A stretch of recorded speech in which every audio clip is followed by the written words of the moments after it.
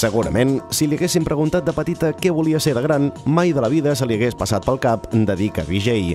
Potser perquè, en part, ni tan sols sabria què fa un videojockey, però també perquè d'haver-ho sabut hagués pensat que era cosa d'homes.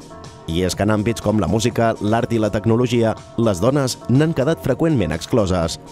Costa veure dones programadores, informàtiques, enginyeres o fins i tot compositores de música electrònica. Més aviat els factors de per què no hi participen potser tenen a veure amb factors d'exclusió inconscients, que no tenen per què ser conscients, no és dir prohibeixo que participis, però a vegades hi ha altres coses com això, el tipus de llenguatge que s'utilitza, el tipus de relacions competitives que hi poden haver, que van com excloent a les dones.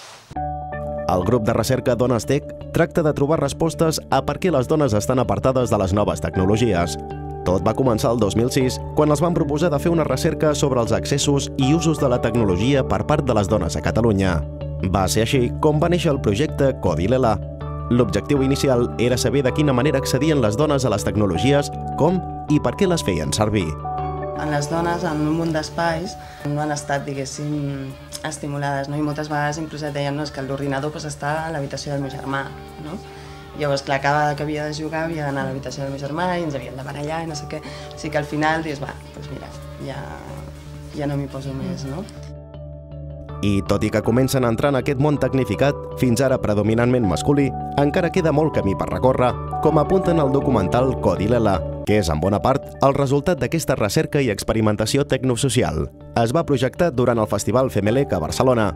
Aquest festival de música i creació visual, que va néixer el 2006, és una aposta per trencar amb l'estigma que les dones no s'acaben de venir amb les noves tecnologies.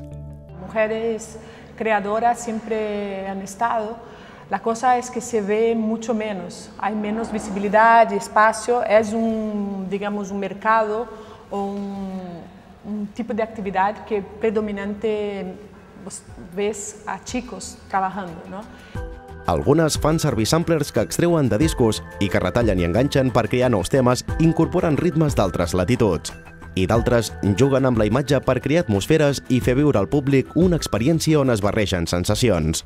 Ara tothom pot accedir, pot tindre un portàtil, pot fer música, pot editar i crear imatges. Potser perquè ara és molt més fàcil que abans, tothom té més accés y, per tant, es veu més a la societat. Antes los ordenadores eran unas cosas gigantes y con 1000 cables y para todo el tema de la programación era algo muy complejo y todo.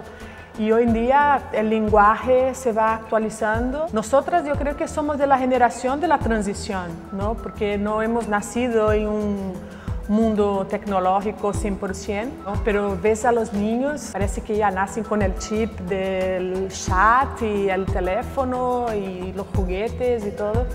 Entonces es algo que yo creo que con el tiempo va a ser cada vez más universal y al alcance de todos. Però, a més que les dones s'hi llencin cada vegada més a endinsar-se en aquest nou món tecnològic, fa falta també que trobin espais que els obrin les portes. Els circuits de DJ i VJ a Catalunya són reduïts i els grans festivals encara continuen apostant per caps de cartell masculins. Es una lucha de algunas plataformas así de mujeres de esta igualdad de 50% hombres-mujeres, ¿no? En festivales, que han empezado algunos festivales a apoyar esa iniciativa, pero la verdad es que si vas a hacer un análisis en el cartel de un festival grande, es predominantemente masculino. Y eso es algo que yo creo que con el tiempo la tendencia es que se vaya equilibrando, ¿no? I el Femelec n'és una bona mostra i també una aposta decidida per trencar amb l'exclusió de la dona en l'àmbit de l'art i la tecnologia. El festival continua durant tot l'any impulsant la presència en escena d'artistes en femení i ho fan propostes concretes escampades per la ciutat i que es poden consultar al seu MySpace. Me acorda, me põe no meio da rua. É lamento, tanto mais puro, que me ilumina a casa escura. É minha força, é nossa energia, que vem de longe para nos fazer